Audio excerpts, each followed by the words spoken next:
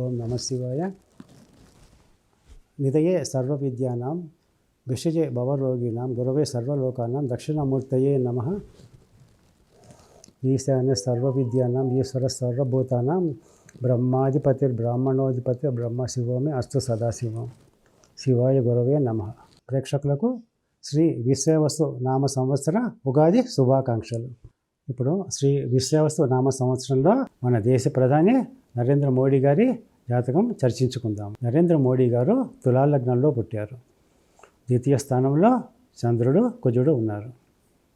పంచమ స్థానంలో గురుడు, షష్టమంలో రాహువు, ఏకాదశంలో శుక్రుడు శని ఉన్నారు. తర్వాత ద్వాదశంలో రవి బుధ కేతువులు ఉన్నారు.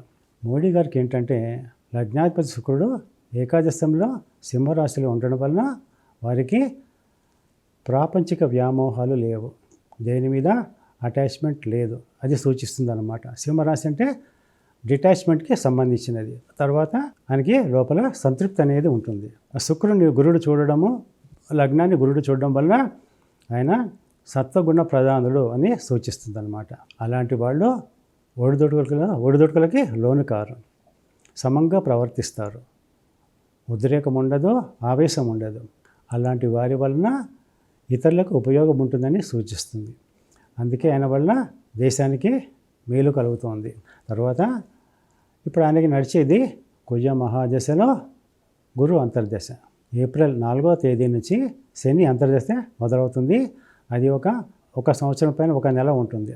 ఈ కుజ దశలో శని అంతర్దశ అంత మంచిది కాదు. ఆయనది వృశ్చిక రాశి అయింది. పంచమ స్థానంలో గోచార శని ఉన్నాడు. గోచార గురుడు అష్టమ స్థానంలో మే 15కి వస్తాడు. అయితే ఇవి రెండు కూడా మంచివి కాదు. దీన్ని బట్టి మనం ఏం చెప్పుకోవాలంటే 2025 ఏప్రిల్ నుంచి 2026 ఏప్రిల్ వరకు మోడీ గారికి కొంత మానసిక అలజడి ఉంటుంది. నిర్ణయాలు తీసుకోవడంలో కొంచెం జాప్యం జరగవచ్చు.